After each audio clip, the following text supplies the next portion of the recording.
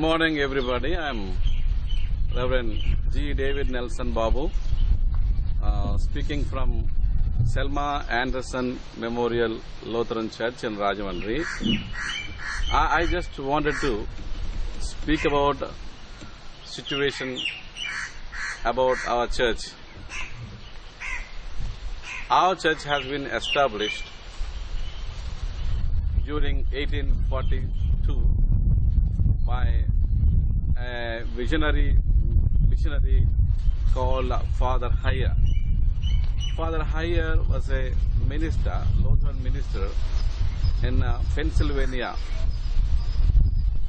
in USA. So he wanted to minister to the Indian people, and he came over to India during 1842. He learned Telugu language and he began his ministry around Guntur areas. Again, he joined with the Rajahmundry mission established by Dr. Wallet from Germany. With the efforts of these two great missionaries, the church grew into a large group of churches in Andhra Pradesh, covering most of the Sarkar districts in Andhra Pradesh. And we have almost, at present we have 800 parishes and at about 25 lakhs of membership in our church. Of course, most of the members cannot be counted as Christians as per the government record, feeding the reservation system.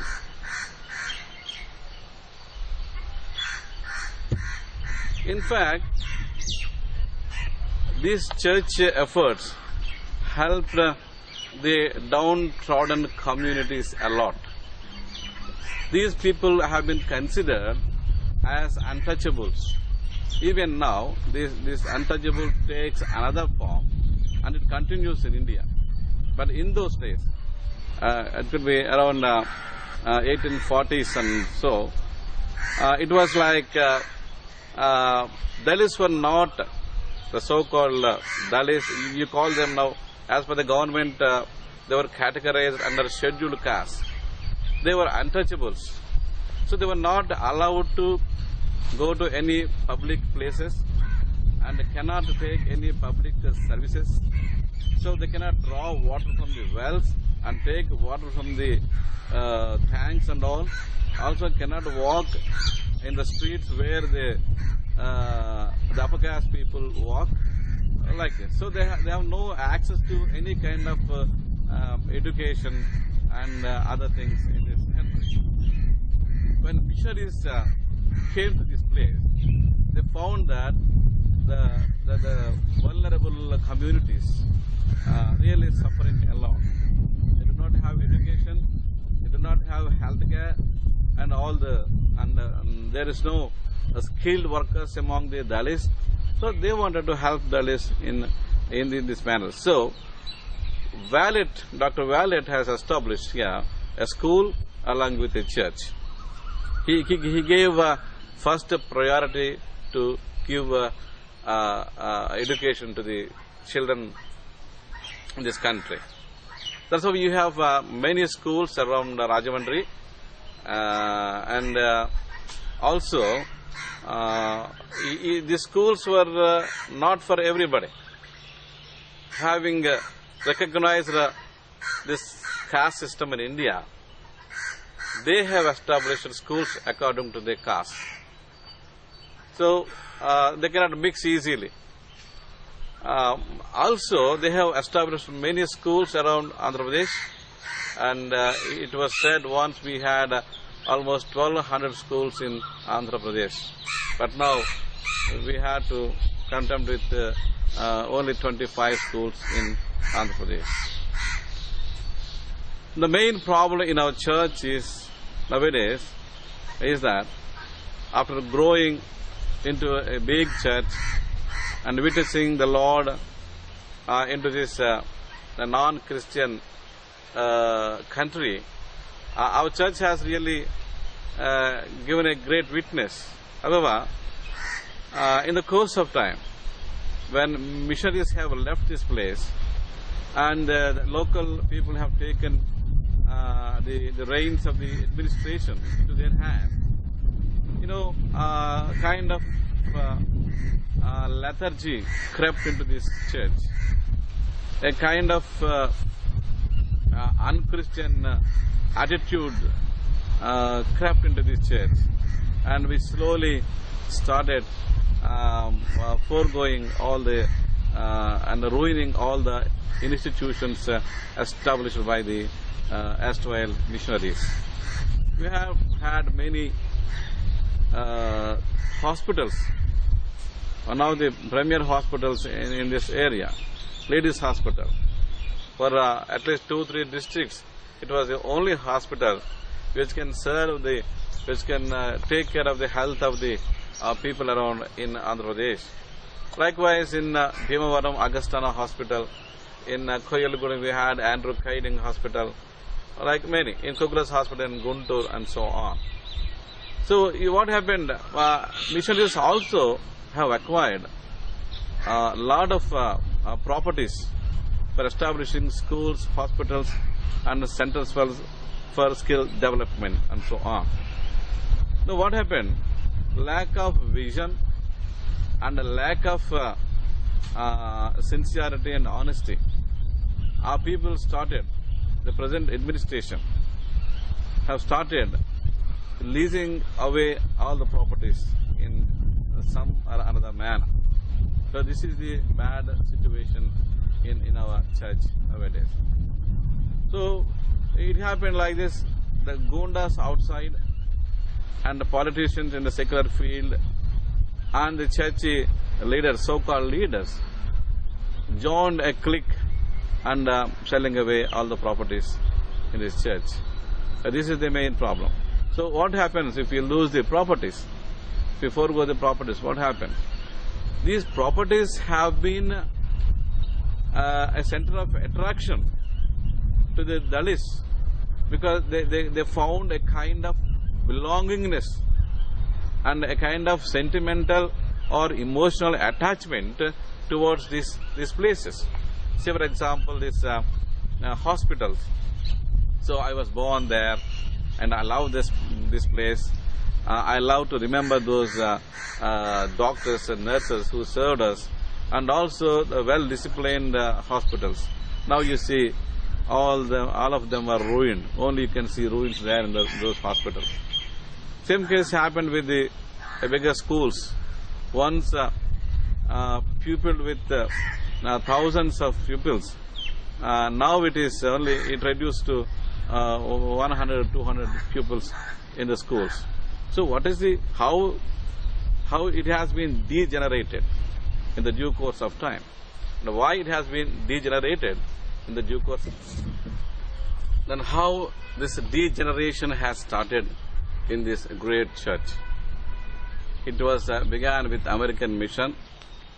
Now it was given a name, Andhra Evangelical Lutheran Church, and divided into 6 synods across Andhra Pradesh.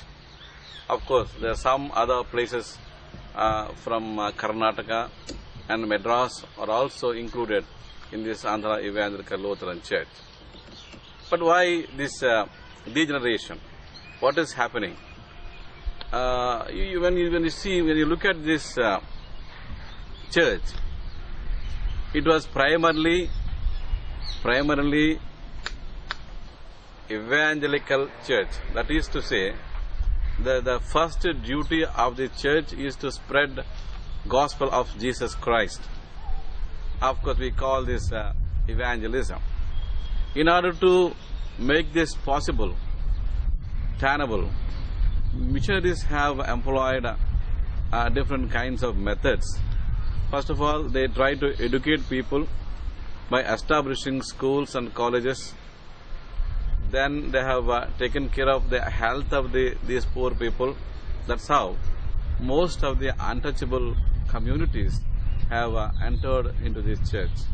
Now you see, Andhra Evangelical Lutheran Church, primarily a Dalit church, we can say. We can say it is a Dalit church because more than 90% of the population come from Dalit communities. And still, even after joining Christianity, they have not gone away from this, they have not escaped from this untouchability. Still, untouchability followed them. But church came to their rescue by giving them education, health care, and highly skilled things like that. But now, the present generation have lost this vision. They are not bothered how it has begun, how it has helped the Dalit communities. The thinking and a kind of the theology has been changed now. People are after a kind of spirituality which could be termed as prosperity gospel. They were more into the gospel which takes them to say above all the other people. So they are not taking care of the people, those who are still suffering in the villages or still suffering as masses in this country. That's how you see most of the Dalits suffer a lot in this country. Some of the government calculations say that every day you see 4 Dalits are died and 10 rape cases are reported and other assault and arson cases are reported every day in this country. Now the church has lost its vision. People became more individualistic and they are craving for their individual development, and they are not generous at all now. They are giving their, of course, they give their tithe and other things to the church, but not for the activities like uplifting poor and all. So there is a great change of concept in the church. Same thing happens with the bishops, synod bishops, and the bishop who occupies the highest place, the moderator bishop or whatever. So what is happening? Still then they are not bothered about the people. They are bothered about their own their self and their children and their properties and other things. Now people have those who acquire, those who are in the top positions, those who are members of the council, top council, the apex body of the Andhra Evangelical Lutheran Church, or the bishops. For the last 30 years, they have been amassing wealth. They are just taking money from all the quarters, and they became immensely rich now. So this is the bad situation taking place, happening in our church now. They are more after money. It's like worshipping money. It's like worshipping money. They want to have more money, more money. They became so greedy and so selfish, self-centered people. That's how they are going to, they are selling away or leasing out all the properties. For example, this Share Girls High School property where we were involved, myself and Mr. Richard Sam were involved. We were involved in this church. Actually, it has begun during 2006. It has been leased out to one of the church members in Rajahmundry with a good purpose, because the school has become very old, and here and there buildings are given cracks, but still there are some buildings are in very good condition. Another thing is that the place became very low. due to the rise of the roads around the school campus. During the rainy season, all the water poured into the school campus and inundate it, and you may not live there. So when this is going on, church has to come to the rescue of the school and build a new school where it was there. Instead of building a new church, our administration, people in the higher ranks, have taken another course of action. That is, that they wanted to have money, and also they wanted to have a school. So they have given it to the lease out. Unfortunately, it could not yield anything to them. Again and again, they tried to give it to the lease to anybody. Whoever comes, they want to give it to them. So, and during 2011, one woman from Guntur, from upper caste woman has come, and she was willing to take this place and give some lease money to the administration. But it did not happen. Instead of paying money to the church, she has preferred it to the give it to money to the somebody who mediates, who was the mediator, who can take bribe and bribe the bishops and all, and give this land to the lease without giving not even a single paise to the Andhra Evangelical Lutheran Church. So this is happening. This is the tragedy of the Andhra Evangelical Lutheran Church now. Then some of us have objected to this kind of deal, and Mr. Richard Sam went to the court and filed a suit against the deal, and it was not yet settled, and but she wanted to take over the position of the place, and one day during 2013 she dismantled, with the help of the church president and all, she could dismantle it all of a sudden. Again 2015 in the month of May, during the night, she just destroyed a hostel building, when still all the belongings of the children are there, books, clothes, boxes, cots, and all other the office furniture, and a record and 2 computers were there, along with everything. She just destroyed all the buildings around. So we have preferred a complaint to the local SP, and it was there. Again she destroyed another building while the complaint was there, along with the lodged with the police department. So these things are happening. Last 2 weeks ago, because we were objecting all these activities, Gundas have entered into my place and they have attacked me, and with the plea that they have, with the pretext they come. The pretext they used is that you are objecting to the scrap.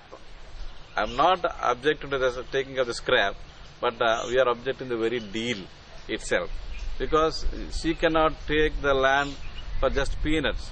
She just threw some peanuts to the bishops and some council members, and she wanted to take over a Christian school.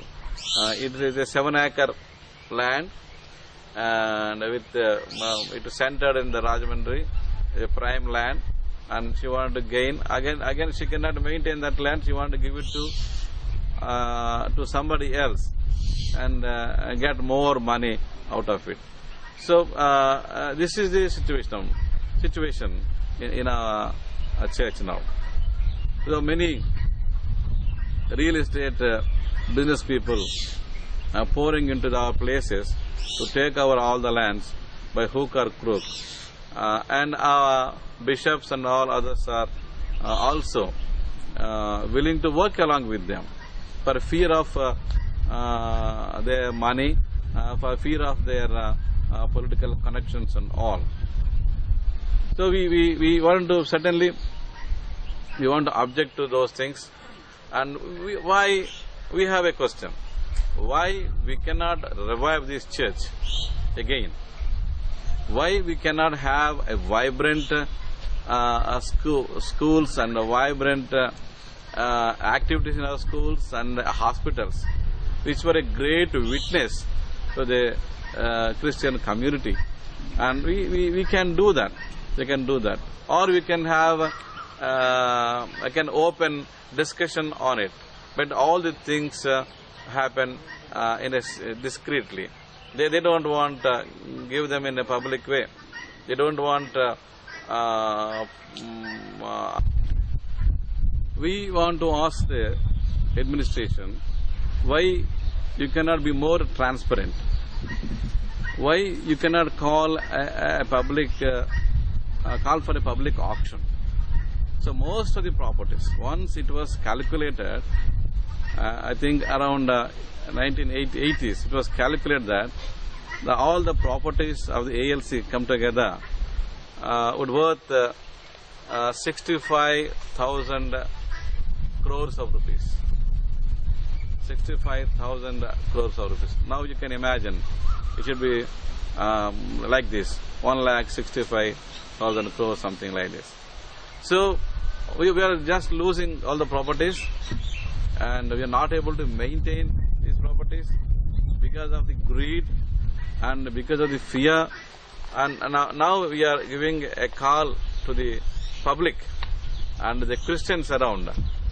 We want you to intervene and do something for the bringing back the glory of the Andhra Evangelical Lutheran Church. Thank you. Okay.